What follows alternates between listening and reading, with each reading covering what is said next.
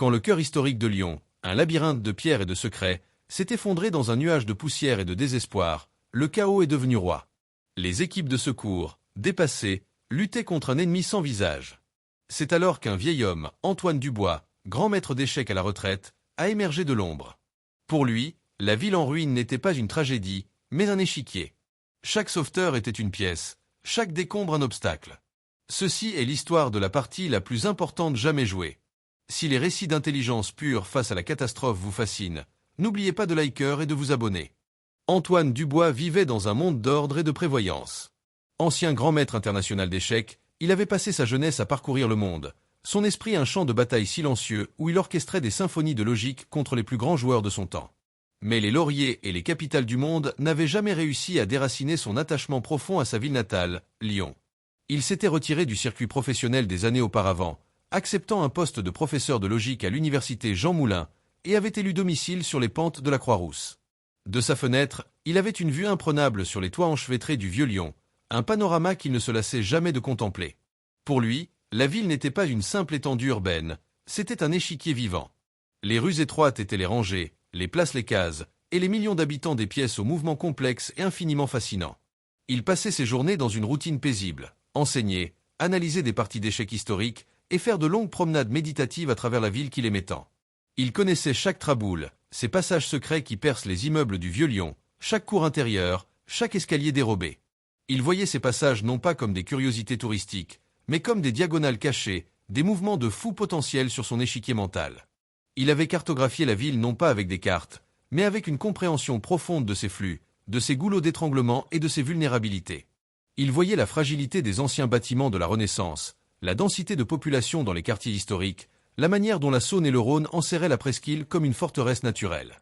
Sa vision du monde, qu'il avait couronné roi des échecs, l'avait aussi transformé en un observateur silencieux et omniscient de sa propre cité.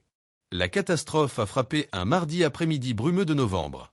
Ce ne fut ni un tremblement de terre ni une inondation, mais un son d'une violence inouïe, une explosion sourde et profonde qui a fait vibrer toute la ville.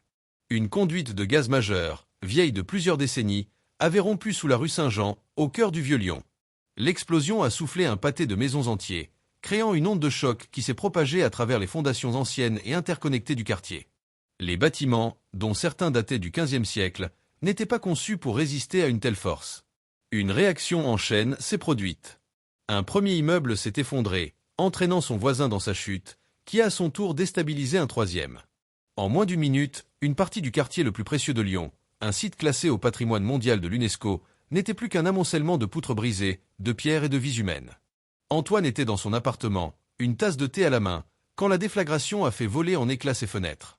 Son premier réflexe, dicté par une vie de discipline mentale, ne fut pas la panique, mais l'analyse. Le son, la direction, la vibration. Il a su immédiatement que l'épicentre était le vieux Lyon. Il est sorti dans la rue, rejoignant le flot de citoyens choqués et confus. De la Croix-Rousse, il pouvait voir la colonne de fumée et de poussière qui s'élevait du cœur de la ville. Le chaos était total. Les sirènes des pompiers, des ambulances et de la police hurlaient, convergeant vers un point qu'elles ne pouvaient pas atteindre, les rues étroites étant maintenant bloquées par des montagnes de décombres. Pour les habitants de Lyon, c'était une tragédie inimaginable. Pour Antoine Dubois, l'échiquier venait d'être renversé par une main violente et invisible. Les pièces étaient éparpillées, le plateau en ruine.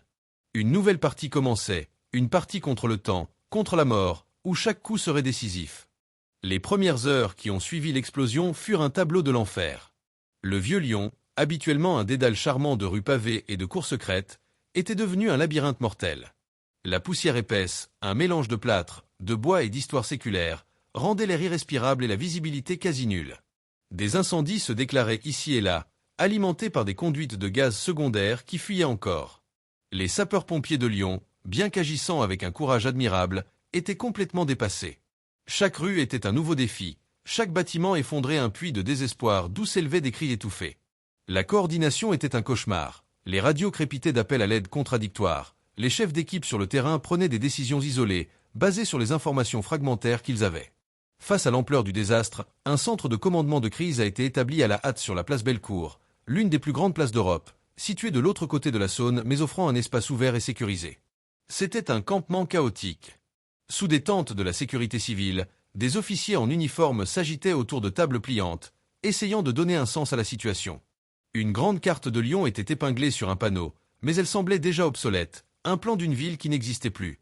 Des post-it et des marques au feutre rouge tentaient de localiser les zones de sinistre, mais le résultat était une toile d'araignée confuse et illisible.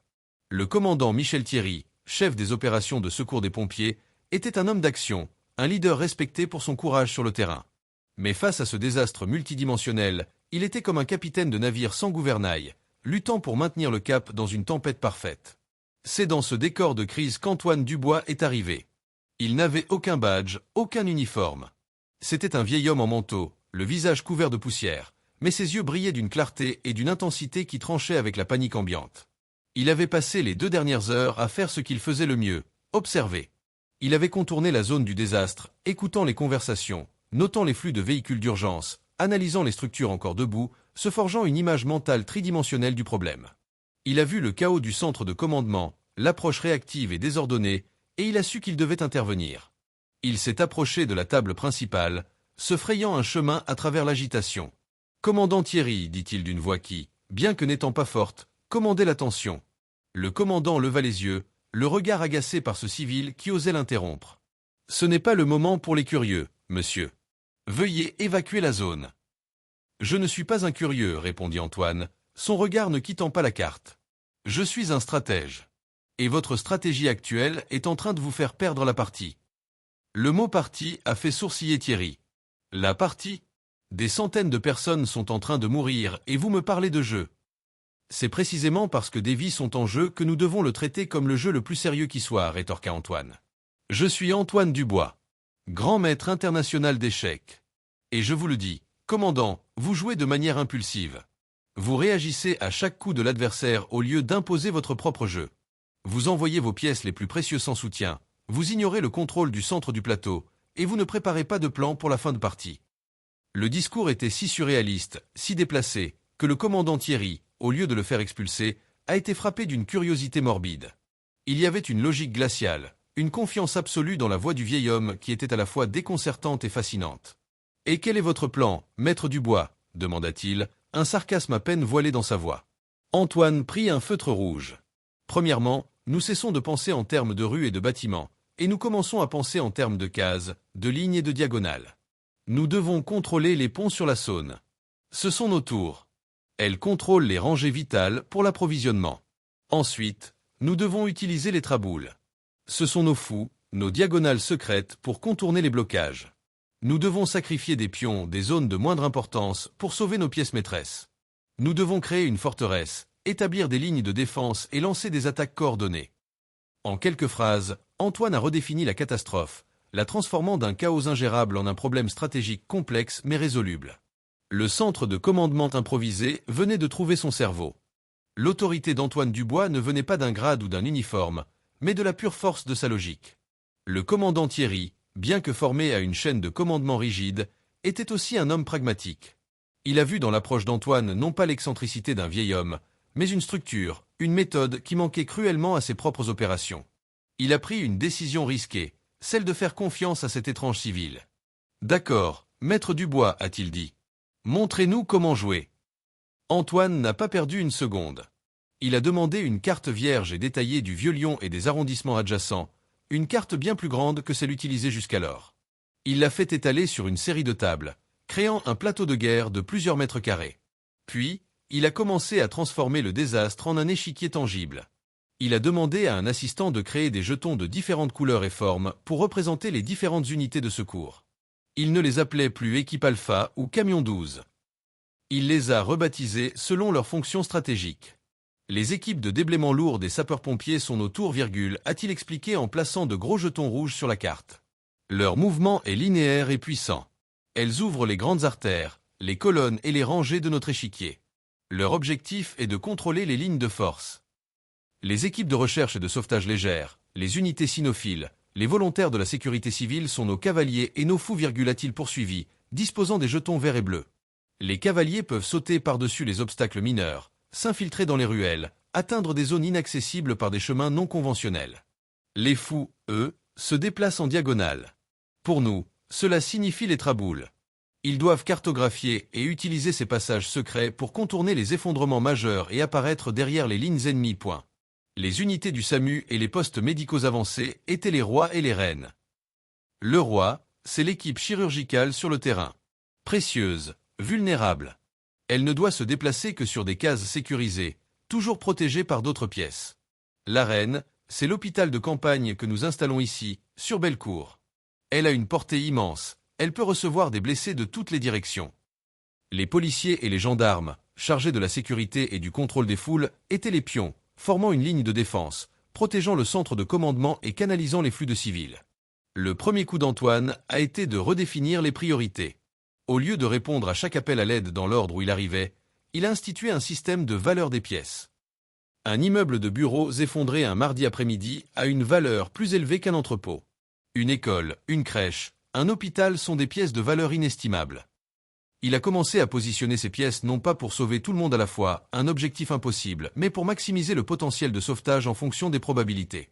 Son deuxième coup fut de prendre le contrôle du centre du plateau. Le pont Bonaparte et la passerelle du palais de justice, a-t-il dit en encerclant les deux structures sur la carte, sont les cases centrales. Si nous les perdons à cause d'un effondrement ou d'un encombrement, nous perdons notre capacité à déplacer rapidement nos pièces entre la presqu'île et le Vieux-Lyon. Je veux 2 équipes d'ingénieurs qui évaluent leur stabilité et 2 escouades de police qui en contrôlent l'accès. C'est non négociable.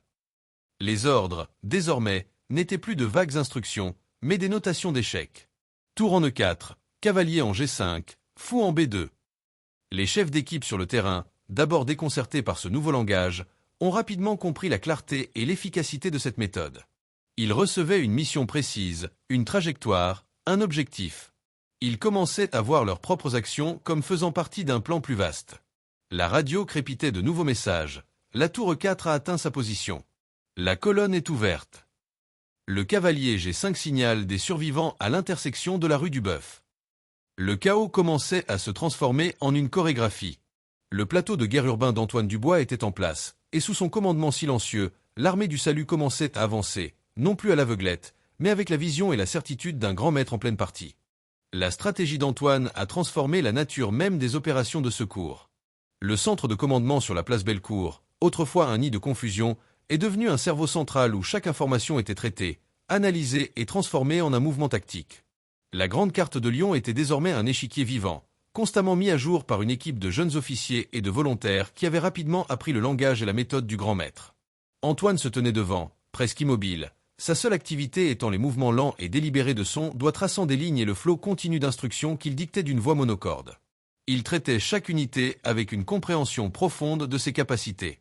L'équipe du Grimpe, groupe de reconnaissance et d'intervention en milieu périlleux, des sapeurs-pompiers, des spécialistes de l'escalade et du sauvetage en rappel, est devenue sa pièce la plus polyvalente.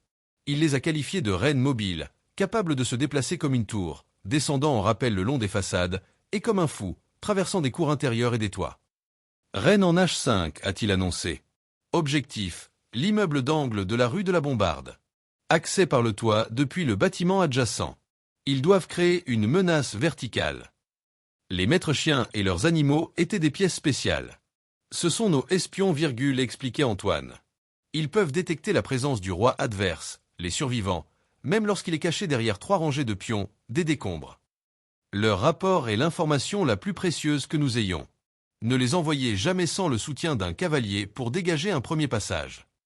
Cette approche a permis de sauver une famille entière, dont le chien de sauvetage avait marqué un arrêt devant une montagne de gravats où aucun signe de vie n'était apparent. Les pions, les centaines de volontaires civils qui affluaient, étaient la clé de sa stratégie de contrôle du terrain. Antoine a résisté à la tentation de les envoyer directement sur les sites d'effondrement, où leur inexpérience aurait pu être dangereuse. Au lieu de cela, il les a utilisés dans une formation de phalanges de pions. Il les a organisés en chaînes humaines pour évacuer les débris légers, nettoyer les rues adjacentes et transporter de l'eau et du matériel. Chaque pion avancé créait une case plus sûre pour les pièces plus importantes qui suivaient. Un pion en D4 contrôle les cases C5 et E5, disait-il. Une chaîne de volontaires ici libère 2 rues pour le passage des ambulances. Il a transformé une foule bien intentionnée mais chaotique en une force de soutien structurée. Il a également dû faire face aux pièces adverses.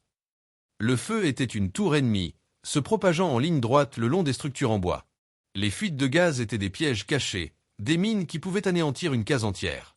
Les répliques sismiques étaient le coup le plus imprévisible de l'adversaire, capable de changer toute la configuration du plateau en un instant. Pour contrer ces menaces, Antoine a développé des stratégies défensives. Il a créé des pare-feux en faisant démolir de manière contrôlée de petites structures pour stopper la progression des incendies. Il a cartographié les réseaux de gaz et a déployé des équipes pour couper les vannes principales. Il a constamment analysé les rapports sismologiques, maintenant toujours des équipes en réserve, prêtes à être redéployées si une réplique frappait. L'un de ses coups les plus brillants fut l'utilisation des traboules. Il a envoyé des équipes de fous, des secouristes jeunes et agiles équipés de radios et de lampes torchées, pour explorer ce réseau de passages secrets. Ces équipes sont devenues ses yeux et ses oreilles à l'intérieur du labyrinthe du Vieux Lion. Elles pouvaient se déplacer rapidement et silencieusement, évaluant les dégâts de l'intérieur, signalant des points d'accès cachés et guidant les équipes plus lourdes. C'était une manœuvre que seul quelqu'un ayant une connaissance intime et amoureuse de Lyon pouvait concevoir. Antoine était en état de transe stratégique. Il ne voyait plus les visages angoissés, n'entendait plus les cris. Il ne voyait que le plateau, les pièces, les menaces et les opportunités. Chaque rapport radio était un coup joué par l'adversaire. Chaque ordre qu'il donnait était son contre-coup. Il était engagé dans une partie d'échecs simultanée contre la mort elle-même, jouant sur des centaines de cases à la fois, chaque pièce étant une vie humaine, chaque décision une question de survie. Son esprit, autrefois confiné à 64 cases, s'était étendu pour englober une ville entière en état de siège. À la tombée de la première nuit, une obscurité pesante s'est abattue sur les ruines, compliquant encore davantage les opérations. Les projecteurs des secours dessinaient des faisceaux fantomatiques dans l'air chargé de poussière, créant des ombres mouvantes qui donnaient aux décombres une apparence encore plus monstrueuse. C'est à ce moment qu'un rapport angoissant est parvenu au centre de commandement, un rapport qui a fait taire toutes les autres communications. La crèche municipale Saint-Georges, située dans une rue étroite près de la montée du Gourguillon, ne répondait plus. Le bâtiment, une structure du XVIIe siècle rénovée, était flanqué de 2 immeubles plus hauts qui s'étaient partiellement effondrés sur lui, le prenant en sandwich. Les premières estimations faisaient état d'une quinzaine d'enfants et de 4 membres du personnel piégés à l'intérieur. Le commandant Thierry, dont la propre fille avait l'âge des enfants de la crèche, a senti une vague de panique le submerger. « C'est notre priorité absolue », a-t-il ordonné, sa voix tendue. « Je veux toutes les équipes lourdes disponibles sur zone. On fonce, on déblaye, on les sort de là. » Antoine, qui avait écouté le rapport sans ciller, a posé une main sur le bras du commandant. « Non, Michel, dit-il, utilisant pour la première fois le prénom de l'officier. Si vous faites ça, vous les condamnez. » Thierry s'est tourné vers lui, les yeux furieux. « Qu'est-ce que vous racontez, Dubois ? Ce sont des enfants. » « Et c'est précisément parce que ce sont des enfants que nous ne pouvons pas nous permettre la moindre erreur, rétorqua Antoine, sa voix restant d'un calme glacial. « Regardez la carte. La rue du Gourguillon est un goulot d'étranglement. Les 2 immeubles qui surplombent la crèche sont dans un état critique. L'un d'eux a une immense fissure qui court le long de sa façade. Les vibrations de votre équipement lourd, le simple fait de retirer un seul mauvais débris, et tout s'effondrera sur la crèche.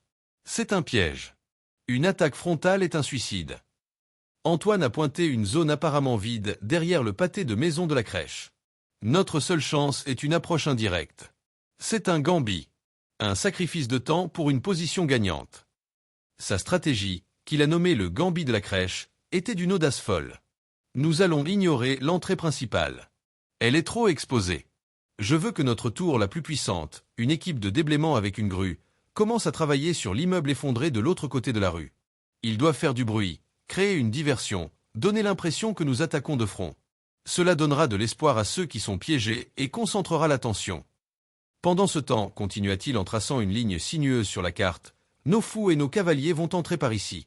C'est une cour intérieure accessible par une traboule depuis la rue du Bœuf. Les plans de la ville indiquent qu'un ancien mur mitoyen, celui de l'arrière-cuisine d'un restaurant, touche directement le mur de la crèche. Ce mur est plus fin, moins porteur. Nous allons percer par là. C'est une entrée latérale, une manœuvre de flanc qui évite la zone de danger principale.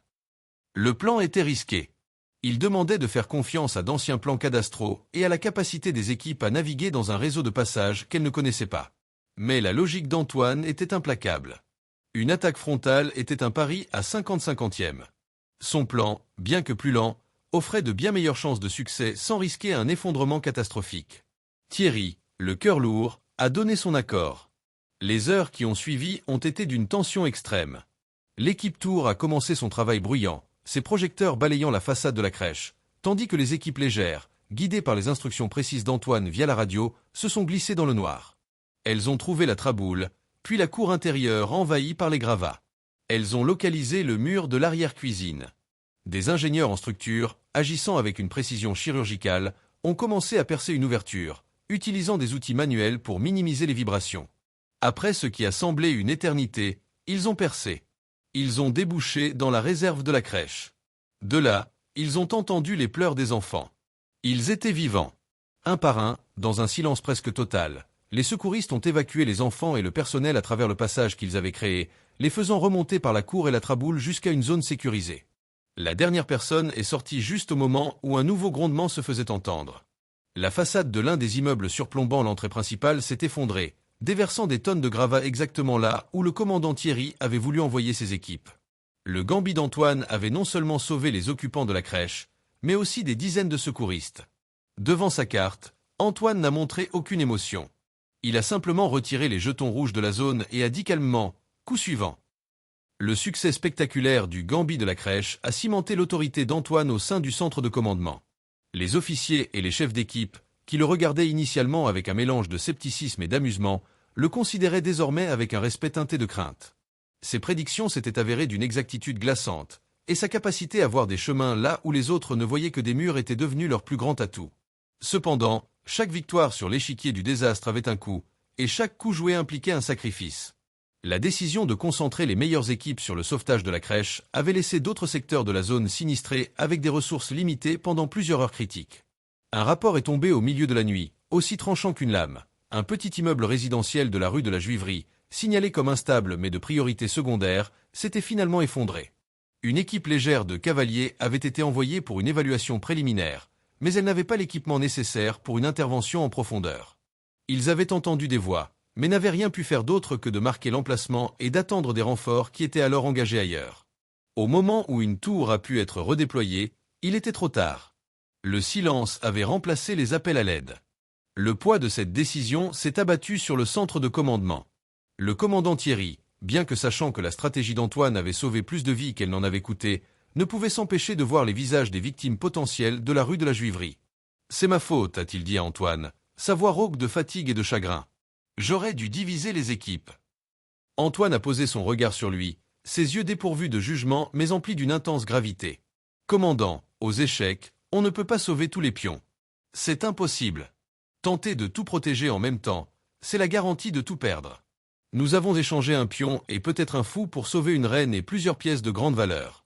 C'est une transaction brutale, mais c'est une transaction gagnante sur l'ensemble du plateau. La douleur est le prix de la victoire dans ce jeu.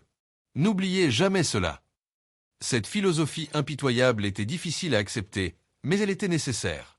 Sous la direction d'Antoine, les opérations sont devenues un modèle d'efficacité stratégique. Les victoires, bien qu'amères parfois, se sont multipliées. Les fous explorant les traboules ont découvert un groupe de touristes piégés dans une cour intérieure, invisible depuis la rue. Une tour a réussi à sécuriser un PAN de la cathédrale Saint-Jean, empêchant l'effondrement de sa rosace historique et sauvant l'équipe qui travaillait en dessous. Chaque sauvetage réussi était une pièce reprise à l'adversaire, une case reconquise sur le territoire du chaos. L'arrivée des renforts nationaux, notamment le génie militaire et des colonnes de pompiers de Paris, a ajouté de nouvelles pièces puissantes sur l'échiquier d'Antoine. Au début, les officiers supérieurs de ces unités ont tenté d'imposer leur protocole standard, ignorant les conseils du vieux maître d'échecs. Mais après avoir failli perdre une équipe dans un tunnel qu'Antoine avait déclaré instable, ils ont ravalé leur fierté. Ils ont compris que cet homme avait une compréhension du terrain que leur manuel ne pourrait jamais égaler. Les drones du génie militaire sont devenus ses yeux dans le ciel, lui fournissant une vision en temps réel du plateau, lui permettant d'ajuster sa stratégie à la minute près. Antoine travaillait sans relâche, alimenté par des thermos de café noir et une volonté de faire. Son esprit ne s'arrêtait jamais, calculant, anticipant, manœuvrant. Il a orchestré la mise en place de ponts de fortune sur des rues effondrées, a coordonné l'évacuation de milliers de personnes, et a même dirigé les équipes dans la récupération d'œuvres d'art précieuses du musée Gadagne endommagé.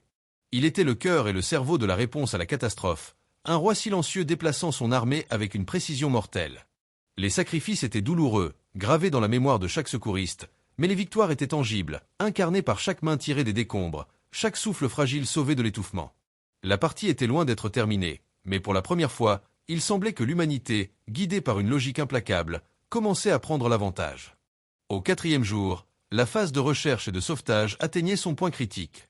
La fenêtre de survie, cette période pendant laquelle les chances de retrouver des personnes vivantes sous les décombres sont les plus élevées, se refermait rapidement. Toutes les zones accessibles avaient été explorées. Il ne restait qu'un seul grand point noir sur la carte d'Antoine, le restaurant Le Bouchon Lyonnais, une institution de la rue Saint-Jean et les bâtiments adjacents.